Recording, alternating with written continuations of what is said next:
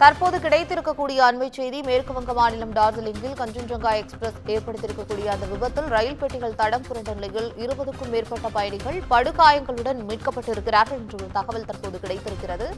ஏற்கனவே இந்த விபத்தில் 5 பேர் பலியாகிய நிலையில் 20க்கும் மேற்பட்டோர் படுகாயங்களுடன் மீட்கப்பட்டிருப்பதாக தகவல் கிடைத்திருக்கிறது. விபத்தில் ரயில் பெட்டிகள் தடம் புரண்ட நிலையில் இந்த விபத்தில் படுகாயங்கள் அடைந்தவர்கள் மட்டும் 20 பேர் என்று கணக்கிடப்பட்டுள்ளது. ரயில் விபத்து நடந்த இடத்தை பார்வையிட டார்ஜிலிங் புறப்பட்டிருக்கிறார் மத்திய ரயில்வே துறை அமைச்சர் அஸ்வினி வைஷ்ணவ் என்ற ஒரு தகவலும் தற்போது கிடைத்திருக்கிறது. மேற்கு வங்க மாநிலம் டார்ஜிலிங்கில் கஞ்சன்ஜங்கா எக்ஸ்பிரஸில் ஏற்பட்டிருக்கக்கூடிய இந்த விபத்தில் 5 பேர் உயிரிழந்திருப்பதாகவும் 30க்கும் மேற்பட்டோர் காயமடைந்திருப்பதாகவும் தகவல்கள் கிடைத்திருக்கின்றன. விபத்து நடந்த பகுதியை ஆய்வு செய்வதற்காக மத்திய ரயில்வே துறை அமைச்சர் அஸ்வினி வைஷ்ணவ் சென்றிருக்கிறார் என்ற ஒரு தகவலும் தற்போது அதிகாரப்பூர்வமாக கிடைத்திருக்கிறது.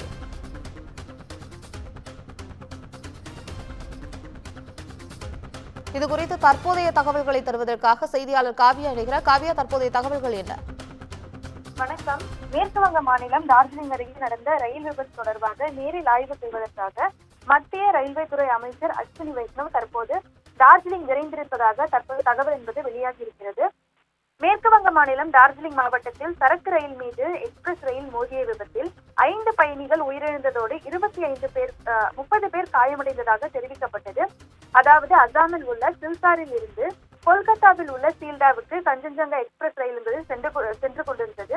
அப்போது நியூ ஜல்பைகுரிக்கு அருகில் உள்ள ரங்கபாணி ஸ்டேஷன் அருகே சென்ற போது சரக்கு ரயிலானது திடீரென தடம் புரண்டு முன்னால் சென்று கொண்டிருந்த எக்ஸ்பிரஸ் ரயில் மீது மோதியது. தொடர்ந்து அந்த எக்ஸ்பிரஸ் ரயில் மீது சரக்கு ரயிலின் பெட்டிகளும் மேலே ஏறி நின்ற அந்த பதைப்பதைக்க வைக்கும் காட்சிகளும் வெளியாகி பரபரப்பை ஏற்படுத்தியது. தொடர்ந்து இந்த விபத்தில் கஞ்சன்ஜங்கா எக்ஸ்பிரஸின் பல பெட்டிகள் தடம் புரண்டது. விபத்து குறித்த கூடுதல் விவரங்களில் தொடர்ந்து கஞ்சன்ஜங்கா விரைவு வண்டியின் பின்பகுதி, சரக்கு வேன் மற்றும் பாதுகாவலரின் பெட்டி உள்ளிட்ட பல்வேறு பகுதிகள் தொடர்ந்து அந்த தண்டவாளம் மீது தடம் புரண்ட காட்சிகளும் என்பது வெளியானது. இது தொடர்பாக தனது ட்விட்டர் பக்கத்தில் தெரிவித்த மேற்கு வங்க முதலமைச்சர் மம்தா பானர்ஜி, மருத்துவர்கள் மற்றும் பேரிடர் குழுவினர் சம்பவ இடத்திற்கு விரைந்ததாகவும், தொடர்ந்து அந்த பகுதியில் மருத்துவர்கள், ஆம்புலன்ஸ்கள் மற்றும் பேரிடர் குழுக்கள் தங்களது பணியை போர்க்கால அடிப்படையில் தொடங்கியுள்ளதாகவும் தெரிவித்திருந்தார். தொடர்ந்து இந்த கஞ்சன்ஜங்கா எக்ஸ்பிரஸ் ரயில் என்பது மேற்கு வங்கத்தை வடகிழக்கு நகரங்களான சில்சார் மற்றும் அதர்கலாவுடன் இணைக்கும் தினசரி ரயில் என்பது குறிப்பிடத்தக்கது. வடகிழக்கு நாட்டின் மற்ற பகுதிகளுடன் இந்த ரயில் பகுதி இணைக்கும் என்பதும் குறிப்பிடத்தக்கது. தொடர்ந்து இந்த வழித்தடத்தில் ஏற்படும் விபத்தானது பல ரயில்களின் இயக்கத்தை பாதிக்கும் எனவும் தெரிவிக்கப்பட்டிருக்கிறது. டார்ஜிலிங்கிற்கு பயணிக்க இந்த கஞ்சன்ஜங்கா எக்ஸ்பிரஸ் சுற்றுலா பயணிகளால் அடிக்கடி பயன்படுத்தப்பட்டு வருகிறது. கொல்கத்தாவும் அண்டை நாடான தெற்கு வங்காளமும் கோடையில் சிக்கி தத்தளித்துக் கொண்டிருக்கும் இந்த நேரத்தில் இந்த விபத்து என்பது நடந்திருக்கிறது. தொடர்ந்து இதுவரை கிடைத்த தகவலின்படி சரக்கு ரயில் சிக்னலை மீறி கஞ்சன்ஜங்கா எக்ஸ்பிரஸ் மீது மோதியதே இந்த விபத்திற்கு காரணம் என கூறப்படுகிறது. தொடர்ந்து தேசிய பேரிடர் மீட்பு படையினர் மற்றும் ஆம்புலன்ஸ்கள் சம்பவ இடத்திற்கு சென்று தங்களது பணியை முடித்துவிட்டுள்ளனர். இது தொடர்பாக ரயில்வே தரப்பில் ஹெல்ப்லைன் நம்பர்களும் வெளியிடப்பட்டுள்ளன. அதில் இந்த விபத்து தொடர்பான தகவல்களை அல்லது பயணிகள் தொடர்பான தகவல்களை இந்த எண்கள் மூலம் தெரிந்து கொள்ளலாம் எனவும் குறிப்பிடப்பட்டிருக்கிறது. அதன்படி 0332508794 மற்றும் 033238333326 உள்ளிட்ட எண்கள் வழங்கப்பட்டிருக்கின்றன.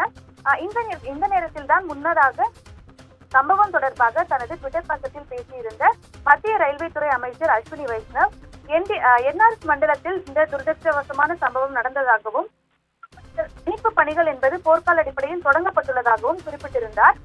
இந்த நேரத்தில் என்டிஆர்எஃப் மற்றும் எஸ்டிஆர்எஃப் ஆகியவை தங்களது நெருக்கமான ஒருங்கிணைப்புடன் செயல்படுவதாகவும் அவர் கூறியிருந்தார். காயமடைந்தவர்கள் விரைந்து மருத்துவமனைக்கு கொண்டு செல்லப்படுவதாகவும் அவர் தெரிவித்திருந்தார்.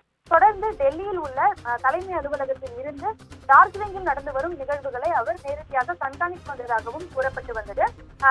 இதற்கிடையேதான் அந்த பகுதியில் இருந்த மூத்த போலீஸ் அதிகாரி, அதாவது டார்ஜிலிங் மாவட்ட கூடுதல் காவல் கண்காணிப்பாளர் அபிஷேக் ராய், இந்த விபத்தில் 5 பேர் உயிரிழந்ததாக தெரிவித்திருந்தார். 30 பேர் படுகாயமடைந்து மருத்துவமனையில் அனுமதிக்கப்பட்டுள்ளதாகவும், தொடர்ந்து மீட்பு பணிகள் என்பது நடந்து வருவதாகவும் அவர் கூறியிருந்தார். தொடர்ந்து பயணிகளை வெளியேற்றி பாதுகாப்பான இடங்களுக்கு அனுப்பி வைக்கப்படுவதாகவும், இந்த சம்பவம் என்பது துரதிருஷ்டவசமானது எனவும் அவர் தெரிவித்திருந்தார்.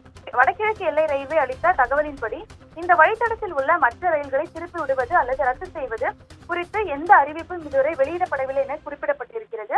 மீட்பு பணியை விரைவில் முடிக்க முயற்சிப்போம் எனவும் தெரிவிக்கப்பட்டிருக்கிறது. இந்த நிலையில்தான் மீட்பு பணிகள் தொடர்ந்து முழுவீச்சில் நடைபெற்று வருகின்றன. இதைத் தொடர்ந்து சீரமைப்பு பணிகளும் முழுவீச்சில் நடைபெறும் எனவும் தெரிவிக்கப்பட்டிருக்கிறது.